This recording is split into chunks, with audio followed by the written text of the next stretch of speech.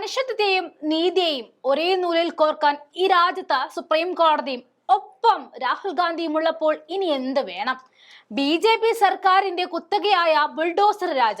നമുക്കറിയാം, കാര്യമില്ലാത്ത കാരണങ്ങൾ നിരത്തി മുസ്ലിം ദളിത് വീടുകൾ പൊളിക്കാൻ അവർ കണ്ടെത്തിയ മാർഗം. അവരുടേതായ ചെയ്തിയിൽ വീട് നഷ്ടപ്പെട്ടവരെന്ന് പെരുവഴിയിലാണ്. കേന്ദ്രത്തിന്റെ ആ നീക്കത്തെയാണ് ചോദ്യമുനയിൽ സുപ്രീം കോടതി നിർത്തിയിരിക്കുന്നത്. സുപ്രീം കോടതിയുടെ ആ ആർജവത്തെയും നിരീക്ഷണത്തെയുമാണ് രാഹുൽ ഗാന്ധി കൈയടിച്ചിരിക്കുന്നത്. മനുഷ്യത്വത്തെയും നീതിയെയും ബുൾഡോസറിന് കീഴിൽ തകർത്ത BJPയുടെ ഭരണഘടനാ വിരുദ്ധ മുഖമാണ് സുപ്രീം കോടതി വലിച്ചു കീറിയത്. രാജ്യം മുന്നോട്ട് പോകേണ്ടത് BR അംബേദ്കറിന്റെ ഭരണഘടന അനുസരിച്ചാവണമെന്നും അല്ലാതെ അധികാര കേന്ദ്രത്തിന്റെ ഏകാധിപത്യത്തിലല്ല എന്നും രാഹുൽ ഗാന്ധി പറഞ്ഞു.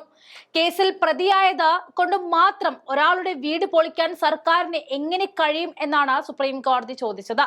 രാജ്യവ്യാപകമായി ബുൾഡോസർ രാജ് നടപടികൾ നിർത്തലാക്കണമെന്ന് ആവശ്യപ്പെട്ടുകൊണ്ടുള്ള ഹർജിയിലാണ് സുപ്രീം കോടതിയുടെ രൂക്ഷ വിമർശനം വന്നതും. കെട്ടിടം പൊളിക്കുന്നതിന് രാജ്യവ്യാപകമായി മാർഗരേഖ പുറത്തിറക്കണമെന്നും സുപ്രീം കോടതി ഉത്തരവിട്ടു. സെപ്റ്റംബർ 17-ന് സുപ്രീം കോടതി ഹർജി വീണ്ടും പരിഗണിക്കും. മുതിർന്ന അഭിഭാഷകൻ ദുഷ്യന്ത് ദൈവയാണ് വാദം കേട്ടത്. ക്രിമിനൽ കുറ്റത്തിൽ ഉൾപ്പെട്ടതുകൊണ്ട് മാത്രം അയാളുടെ കെട്ടിടങ്ങൾ പൊളിക്കുവാൻ കഴിയില്ല എന്ന് സോളിസിറ്റർ ജനറൽ തുഷാർ മേത്ത വാദിച്ചു. നിർമ്മാണം നിയമവിരുദ്ധമാണെങ്കിൽ മാത്രമേ പൊളിക്കാൻ പാടുള്ളൂ എന്നതാണ് കേന്ദ്ര സർക്കാരിന്റെ നിലപാട്. അങ്ങനെയായിരുന്നു മേത്ത അറിയിച്ചതും.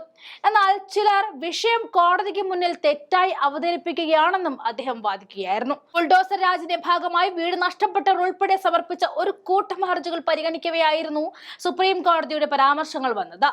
ശോഭയാത്രയുടെ ഭാഗമായി നോർത്ത് ഡൽഹി മുനിസിപ്പൽ കോർപ്പറേഷൻ ഭരണകൂടം ജഹാംഗീർപൂരിയിൽ നടത്തിയ ബുൾഡോസർ നടപടിക്കെതിരെ രാജ്യസഭ മുൻ MPയും CPM നേതാവുമായ ബൃന്ദ കരാട്ട്, JJM തുൽ ഉലാമയ ഹിന്ദ് ഉൾപ്പെടെ നൽകിയ ഹർജികളും ഇക്കൂട്ടത്തിലുണ്ട്. ജസ്റ്റിസുമാരായ BR ഗവോയ്, KV വിശ്വനാഥൻ എന്നിവരുടെ ബെഞ്ചായിരുന്നു ഹർജികൾ പരിഗണിച്ചത്. ഇതുമായി ബന്ധപ്പെട്ട രാജ്യത്തിന്റെ വിവിധ ഭാഗങ്ങളിൽ നിന്നും ഉയർന്ന ആശങ്കകൾ പരിഹരിക്കാനായി മാർഗനിർദ്ദേശങ്ങൾ പുറത്തിറക്കുമെന്നും കോടതി അറിയിച്ചു.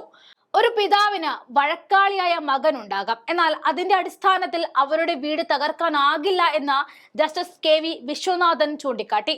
ഇങ്ങനെയല്ല ഈ വിഷയത്തെ നേരിടേണ്ടത്. കെട്ടിടം അനധികൃതമായി നിർമ്മിച്ചതാണെങ്കിൽ മാത്രമേ ഇത്തരം നടപടികൾ സ്വീകരിക്കാവൂ എന്നും ജഡ്ജി പറഞ്ഞു. അനധികൃത കെട്ടിടമാണെങ്കിലും കൃത്യമായ നടപടിക്രമങ്ങൾ പാലിച്ചിരിക്കണം.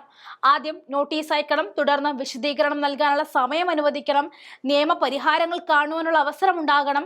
ഇതിനുശേഷം മാത്രമേ കെട്ടിടം പൊളിക്കുന്ന നടപടിക്ക് പോകാൻ പാടുള്ളൂ. റോഡിലോ പൊതുസ്ഥലത്തോ ഉള്ള അനധികൃത നിർമ്മാണങ്ങളെ കോടതി പിന്തുണയ്ക്കുന്നില്ല. അത്തരം സാഹചര്യത്തിലും നിയമപരമായ നടപടിക്രമങ്ങൾ പാലിച്ചായിരിക്കണം കെട്ടിടങ്ങൾ പൊളിക്കേണ്ടതെന്നും കോടതി ചൂണ്ടിക്കാട്ടി. ബുൾഡോസർ രാജുമായി ബന്ധപ്പെട്ട് രാജ്യത്തിലെ ഒന്നായി ഉടൻ മാർഗനിർദ്ദേശങ്ങൾ പുറത്തിറക്കുമെന്നാണ് കോടതി അറിയിച്ചിരിക്കുന്നത്. ഇതിൽ ഉൾപ്പെടുത്തേണ്ട നിർദ്ദേശങ്ങൾ ഉണ്ടെങ്കിൽ അറിയിക്കണമെന്നും ഹർജിക്കാരോട് കോടതി ആവശ്യപ്പെട്ടിട്ടുണ്ട്. ഇവയെല്ലാം സമാഹരിച്ച് കോടതിയിൽ സമർപ്പിക്കാൻ മുതിർന്ന അഭിഭാഷകനായ നചികേത ജോഷിയെ ചുമതലപ്പെടുത്തുകയും ചെയ്തിട്ടുണ്ട്. രാജസ്ഥാൻ, മധ്യപ്രദേശ് എന്നിവിടങ്ങളിൽ നിന്നുമുള്ള 2 പരാതിക്കാർ ബുൾഡോസർ രാജിനെതിരെ സമർപ്പിച്ച ഹർജികൾ അടിയന്തരമായി പരിഗണിക്കണമെന്നും ആവശ്യപ്പെട്ട് സുപ്രീം കോടതിയെ സമീപിച്ചിരുന്നു.